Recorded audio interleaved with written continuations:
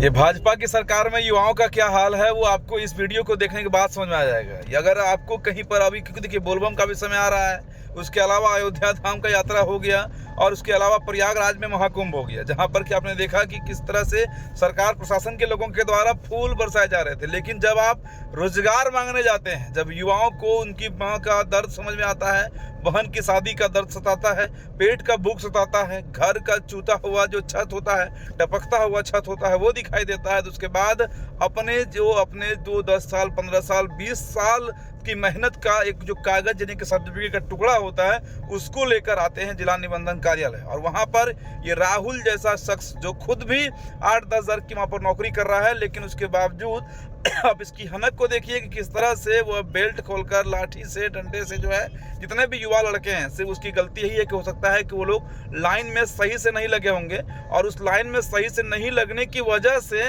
राहुल ने जो जिला निबंधन कार्यालय है युवाओं का, डीआरसीसी भवन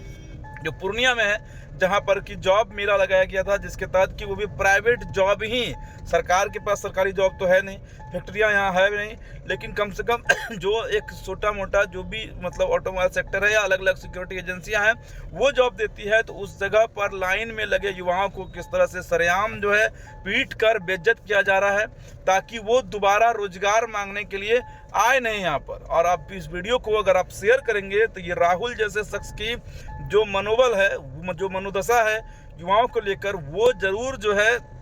खत्म होगी और ऐसे लोगों को नौकरी से बर्खास्त किया जाएगा। और साथ ही साथ हम चाहेंगे कि ऐसे लोगों पर कार्रवाई भी हो कि आखिर किसने इसे सह दिया। ना तो वो अधिकारी था, ना ही वो पुलिस वाला था, ना ही वो गुंडा था, लेकिन उसका जो तरीका है वो बिल्कुल सड़क चाप गुंडे की तरह था। जैसे कि टोल पे आप देखते होंगे टोल कर्मी रंगदारी वसूलता है, कोई कहने वाला नहीं है, उसी तरह से सरकारी दफ्तर के अंदर एक कर्मी जो खुद हमको लगता है कि संविदा पर बहाल होगा, और वो राहुल किस तरह से युवाओं पर जो बेरोजगार है, वो युवाओं पर जो अपनी बहन को कहकर आया है कि घर से जा रहे हैं और आज मिठाई का डब्बा लेकर आएंगे क्योंकि अब मुझे नौकरी लगेगी, भले 50 हज़ार की नौकरी ना हो, 8 ही 10 हज़ार का नौकरी हो और 8 से 10 घंटा ही हमको मेहनत करना पड़े, काम करना पड़े, लेकिन बेरोजगार होने से बढ़ना है। जो बीमार माँ उसकी घर में होगी, उससे वो कहकर निकला होगा कि अब जा रहे हैं और आज नौकरी लेकर आएंगे, ताकि उधर से आते वक्त हम तुम्हारे लिए दवाई लेकर आएंगे। लेकिन आप ये सोचिए, जब उसकी माँ इस वीडियो को देखी होगी तो उसको समझ में आया होगा कि बेटा होना,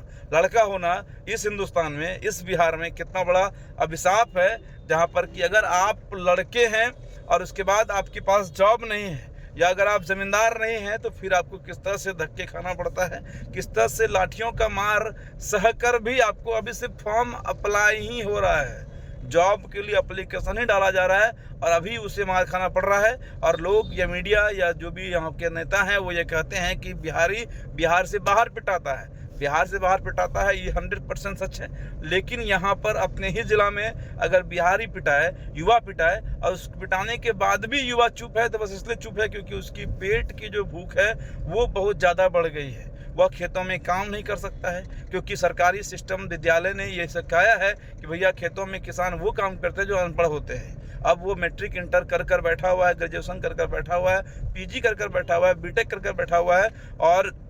गार्जियन के पैसे से एसी वाले कमरे में बैठकर पढ़ाई किया। अब उसे उस खेत में भरी दोपहरी में, जहाँ पर कि 45 डिग्री का टेम्परेचर है, वह जा ही नहीं सकता है। अब बेचारे के पास ऑप्शन 2 ही है, या तो वह इस दुनिया से चला जाए, या फिर इस दुनिया में जीने के लिए 8-10 हज़ार की नौकरी करने के लिए इसी तरह से डंडे से मार खाए। और अगर आप इस वीडियो को शेयर करते हैं तो कम से कम ये राहुल जैसा जो शख्स है, जो कंस है, जो इस तरह के सिस्टम पर एक, आप ये कहिए कि काला धब्बा है, जो सिस्टम का नाम खराब करता है। और उसी के बगल से वीडियो में आपको दिख भी रहा होगा कि एक पुलिस वाली मैडम भी जा रही है। क्या मजाल है कि कोई राहुल को टोक दे, किसी ने राहुल को टोका नहीं, किसी ने राहुल को कुछ कहा नहीं। वहाँ के अधिकारी भी उस चीज़ को देखकर मौन रहे होंगे, डीआरसीसी भवन के अधिकारी मौन रहे होंगे। भाई आपके वहाँ पर लड़कों ने सिर्फ इतनी गलती की कि वो लाइन से सही से नहीं निबंधन में अपना फॉर्म जमा कर रहे थे, तो क्या आप उसे मारेंगे? क्या आप पीटेंगे? और ऐसे लोगों को अगर आप समझिए कि वर्दी दे दिए होंगे, ऐसे लोगों को अगर और आप पावर दे देंगे, तो फिर उसके बाद ये किस तरह का कोहराम मचाएगा,